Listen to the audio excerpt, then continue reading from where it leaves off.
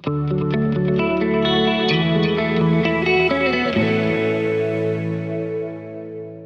to EDUCast, the podcast of the EDUC-SHARE Horizon 2020 project. With this podcast series, you have the opportunity to meet several researchers from our partner universities and to discover exciting recent innovation topics and how they are linked to society within our University Alliance. My name is Paola Carboni, and I'm glad to introduce you to Vashek Matyas, Professor of Computer Systems and Communication at Masaryk University, and Giorgio Giacinto, Professor of Computer Engineering at the University of Cagliari. Today's podcast is about experiences and opportunities in knowledge and technology transfer in the domain of cybersecurity. In fact, cybersecurity is one of the 7 key topics selected by EDUC-SHARE as potential common research fields among the Alliance. Giorgio and Vashek, please tell us a bit about your research interests and your involvement in EDUC-SHARE activities. Yeah, my research interests are mainly related to machine learning in cybersecurity. So to learn from data, to analyze large quantities of data in order to see if there is any possibilities by this large analysis to tell which kind of data are related to malicious activities and which one are related to legitimate activities. Within EDUC-SHARE, we have the opportunity to better strengthen the connection with the other partners of the project and to see which are the possibilities to actually transfer into the real world our research activity. Research activity is already carried out within companies, within the framework of international projects, but there is a stronger need in order to better cooperate together because the issues of cybersecurity are even more complex, so different competencies needs to be shared, as the name of the project needs to be shared in order to better cover all the aspects of the security. That's very interesting. Vashek. Yep, so my area is significantly different. My background is applied cryptography and how people use to build security mechanisms from cryptographic components. And in my career, I went from this focus on applied cryptography through various areas of security that if I had to say in one word what they go around, that would be user authentication. How to authenticate users in computer systems and by computer systems. And ultimately, in the past few years, I went beyond the pure technology domain, and I have been intrigued by research that we have been doing and others have been doing in the area of so-called usable security, how to position, how to build computer systems and their interfaces, but not only their interfaces, so that users using these computer systems really use them securely. And we were really glad to have this opportunity to undertake this survey and to explore the area of technology transfer in cybersecurity to see what partners in the EDUC-SHARE consortium are actually doing in cybersecurity and where they have results and what kind of experience they have in terms of technology transfer in this area. And this leads me to the second question. During a workshop in Cagliari in June this month, you recently presented the outcomes of a survey about the opportunities related to knowledge and technology transfer in cybersecurity. Vashek, can you tell us which were the goals of this survey you mentioned and the main highlights of the results? Sure, I can. The main goal of the survey was to get a good understanding of the cybersecurity technology transfer landscape or landscapes among the EDUC-SHARE partners, to see who are the key players from the academic perspective and with whom and how they interact beyond the pure academic domain. To see how people are engaging in the collaboration with the industry, but also non-government sector and so on, and how cybersecurity research results are actually going from the universities, from the academic partners into the real world. And we wanted to see what experience people have with these processes, what kind of support they are getting from either their universities or the ecosystem as such, and how they interact with the players outside of the pure academic environment. So this was more or less the goal. And the mapping covered quite a few dimensions. I'm very glad to say that with most of the respondents to the survey, it has been shown that it is not only the domain of engineering and technology or partly natural sciences that are under the cybersecurity umbrella, but with most of the partners, it's actually social sciences and other disciplines that are where the people are involved in cybersecurity research. And I'm really glad about that. However, I have to admit that in the universities where cybersecurity research and transfer of technology in cybersecurity research was seen as the most dominant ones, the three universities that I should name here are University of Cagliari, University of Rennes and Masaryk University, where cybersecurity seems really to be one of the dominant among the university activities. So in these three, the involvement of people in engineering and technology is far more dominant than for the remainder of the consortium. The two outcomes, if I were to name two outcomes that I see as most significant from the survey, are actually the following. The first one is most respondents actually view technology transfer in general not being significantly different done when undertaken in the cybersecurity area. So cybersecurity technology transfer seems to have few particularities and few special things, but it is not viewed as something completely different than technology transfer in other areas. This is for me clear from the survey. And the second outcome was actually very, very pleasant. And that was that whoever actually was involved in cybersecurity technology transfer would be really keen to go into that again. The experience seems to be extremely positively viewed by the participants who had a practical outcome, practical transfer of the technology from the academia to the field. So these were the two most prominent results for me. There are a few other ones that I would probably mention as well, namely that about 40% of participants, nearly uniformly across all the institutions, I have to say, actually have seen the results of cybersecurity technology transfer going into practice. 40% of the respondents have seen some cases of research really going to be transferred or that were transferred into practical applications. And that is great.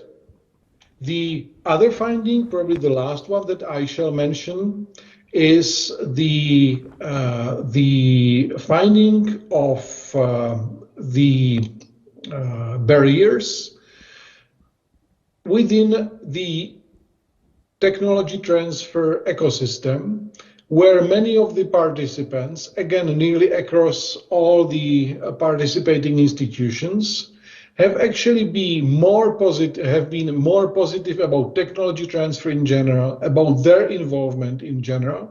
However, seeing practical application of the research results being somewhat complicated, and the university ecosystem, the technology transfer offices or sites at various institutions, being partly helpful, but still not achieving the full potential as viewed from the participants to the survey. These, in my view, are the most interesting results of the survey. Vashek, when I was reading the results, I noticed that some of the participants to the survey claimed that they are not interested in knowledge and technology transfer because of the extra time and effort it requires. On the other hand, as you already mentioned, someone else claimed, if another opportunity comes, I would agree 100% to such collaboration again. So it seems that knowledge and technology transfer are linked to sort of mixed feelings. How do you explain that? Well, in my view and from my perspective, it's rather clear. I mean, most of the respondents were people from academia. There were some respondents that actually put their background as non-academic, collaborators with various institutions and so on, because the survey was open to anybody in the cybersecurity ecosystem. And since most of the respondents are coming from the universities, they are actually evaluated by various aspects and various dimensions of the evaluation of the partners. We are evaluated for our teaching, we are evaluated for our research, we are evaluated for our research grants, and so on and so forth.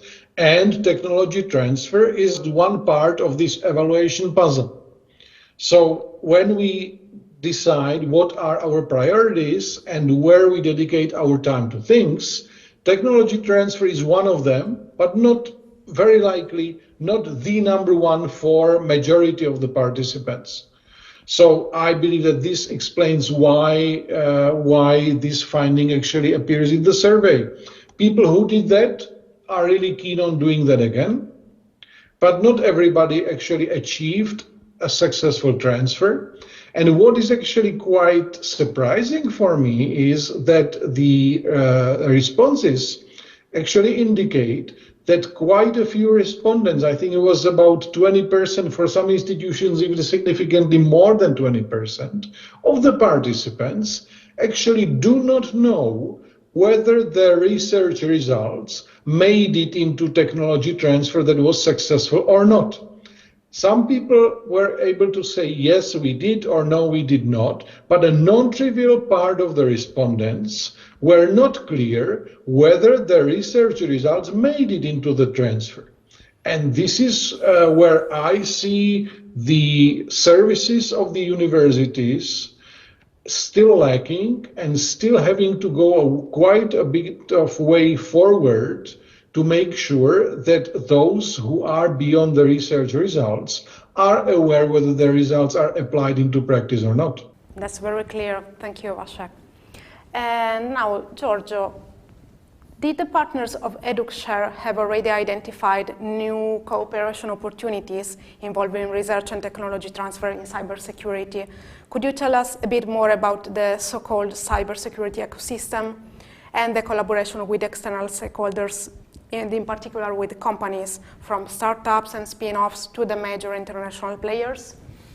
Yeah. Actually, in the EDUC-SHARE, we had the opportunity, as already mentioned, to know better each other, understand which are our complementarities, our peculiarities in cybersecurity, and each one of us has already connections with companies, either locally or within the framework of EU projects. And well, let me say that cybersecurity is not only a research topic, but something that actually is needed in our society. So that the technology transfer is something that is quite close to research. While in other research domains, you are researching something and then you see the effect after 3, 5 years, 10 years.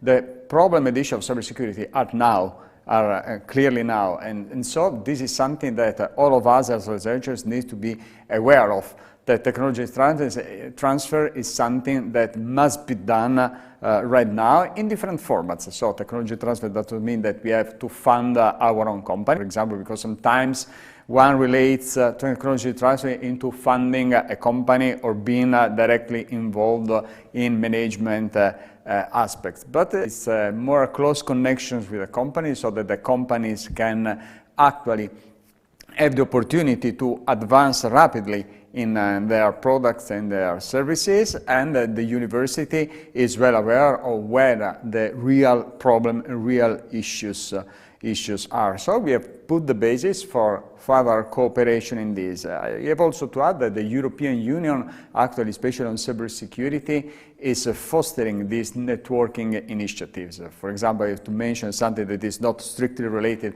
with EDUC-SHARE, but the idea of networking is already there. The fact that the European Union funded European digital innovation hubs, and one of the issues is cybersecurity.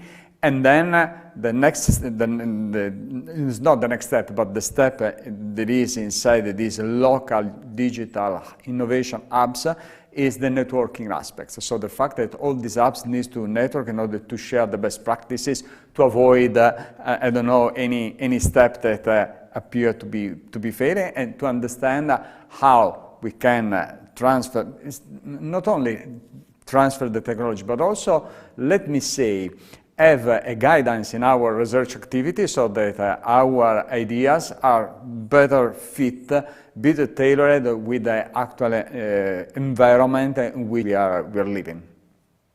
It seems to me that all this environment, ecosystem you mentioned, is very much about technology, but even more about people and the way they can discover how to work together. Today, the media and the public opinion are concerned about the consequences of an uncontrolled development of artificial intelligence. Just to mention a few, the fear of the hidden biases, the effects on the job market, the doubts on the trustworthiness of any content you may see online. A high level of knowledge is very much needed to identify policies and mitigation measures. People, experts need to discuss and to identify these potential mitigation measures, for instance. Giorgio, how do you see the contribution of EDUC-SHARE universities with this regard, also promoting the cooperation between technical and socio-economic fields? Yeah, EDUC-SHARE was quite nice in this respect, that all the aspects of the introduction of technology have been taken into account. I always remember when I started studying engineering, one of the issues of being an engineer is something that is related to society. If we think in the past, building bridges, for example, is one of the examples on how society is deeply involved, because bridges means that isolated communities are connected together. So any introduction of new technologies brings together the transformation of society. What is becoming right now, what is evident right now, that the speed of this development of technology is quite fast, that maybe is too fast with respect to the typical way in which the human being evolved during the history, actually. And so, of course, this is one of the issues, how to cope with this speed and velocity, and the society in which we are living, and the society as we knew when we were children. If we go back in our early life, we see that large transformation have been done. So this kind of project like EDUC-SHARE allowed us to discuss these issues, to be aware of all these issues. And the other things is that, as I mentioned, technology, in particular artificial intelligence, is already among us since many years. I think that all of us use any kind of navigation system when traveling to a new town. And this is based on the collection of a large quantity of data. And if this collection of data and the suggestions that we receive are for the good of all of us, because they allow us to travel safely in the towns, it's good. But of course, the issue is what happens if a malicious user introduces some how can I say, artifacts in the system, so that instead of going in the right direction, we are instead put in the bad direction. Still remember an example of a person that put a large number of smartphones within a cart, and then it was like a traffic jam in that area, just because all the smartphones were clustered together in the same place. So this was just an example. So a project that takes together all the aspects, so how the human will respond to new technologies, how actually this has been used for good, and what a malicious user can do is important, not only from the technological aspect, but also for the regulatory aspect, for the law aspect, because everything should be taken into account. Another issue is related to so-called certification. So when we put something in the market, do we need some kind of scrutiny on how the system works? Again, not only from the pure technical aspect, but also in how all the people perceive it. We don't have to forget that we develop systems typical with our technological mind. I am an engineer, a computer scientist, so my mind is trained into discovering something new and using new technologies, but this is not true for the whole humanity. So we need the competencies of all the people that work on, for example, in sociology, psychologists, and so on and so forth, in order to clearly understand which kind of technology, in which way the technology can actually benefit to the majority of people and to improve the quality of life, because we don't have to forget that the final goal of any technology is to improve the quality of life of all the citizens of the world. That's so inspiring. Okay, I would like to close asking to you, Vashek and Giorgio, one question that was taken from the survey, which is, would you like to share with us an ideal vision, a dream of how the results of your research could be applied in practice? Vashek, would you like to start? Yeah, sure. The ideal vision from my perspective is transfer of technology of my research into real life that costs me as little of my non-research time as possible. That's the ideal. I mean, everybody wants to have fun or maximum gain at the minimum cost.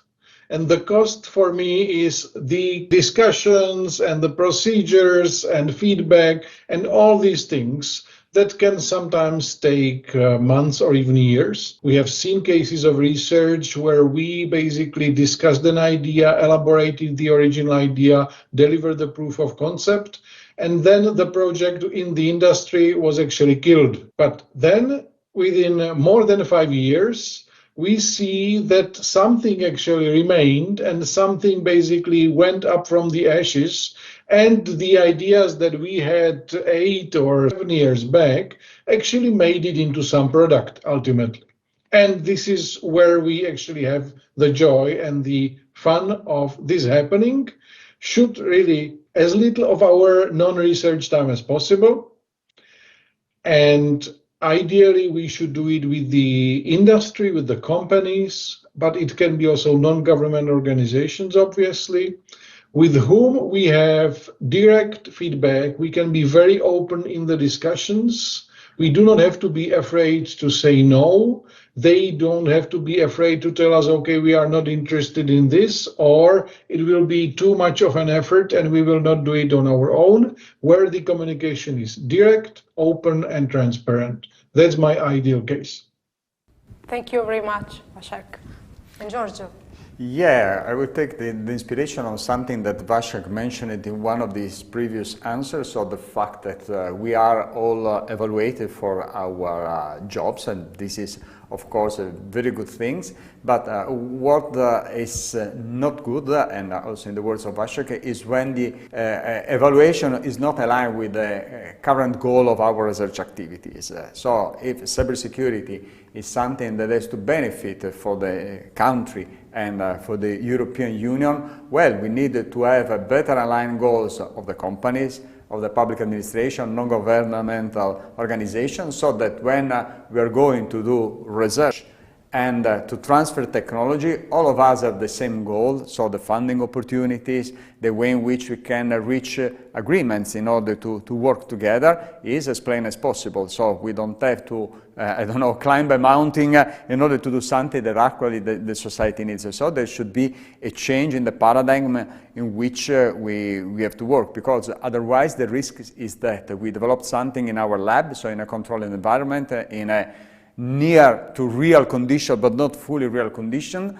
And so when they transfer to the real life, you see some discrepancies. Instead, if we have a new model, and this is something that we have to learn because the world has changed, so we cannot work with the same rules in which the university lived 10, 20, or 30 years ago. We have to understand that we have to work together. And so what are the typical 3 missions of the university? So teaching and educating, research and technology transfer should work together. Instead, what I see in Italy, but also in Europe, is sometimes when you talk with the public administration, with the company, they see these 3 missions not related to each other. So we are called to be educator, but not researcher, researcher, but not technology transfer. Instead, these 3 missions has to be seen as a whole, and the country and the laws and the way in which our job is regulated should be well aligned in order to reach this goal that is something that the society definitely needs. I might say that if we have happy researchers, we have a better society. So I wish your dreams, your ideal may come true very soon. And thank you for your time today. Thank you. See you very soon. Thanks a lot, Paola. Thanks a lot, Giorgio. Thanks, Vashek. Thanks, Paola. And bye-bye. Bye. Take care. Bye.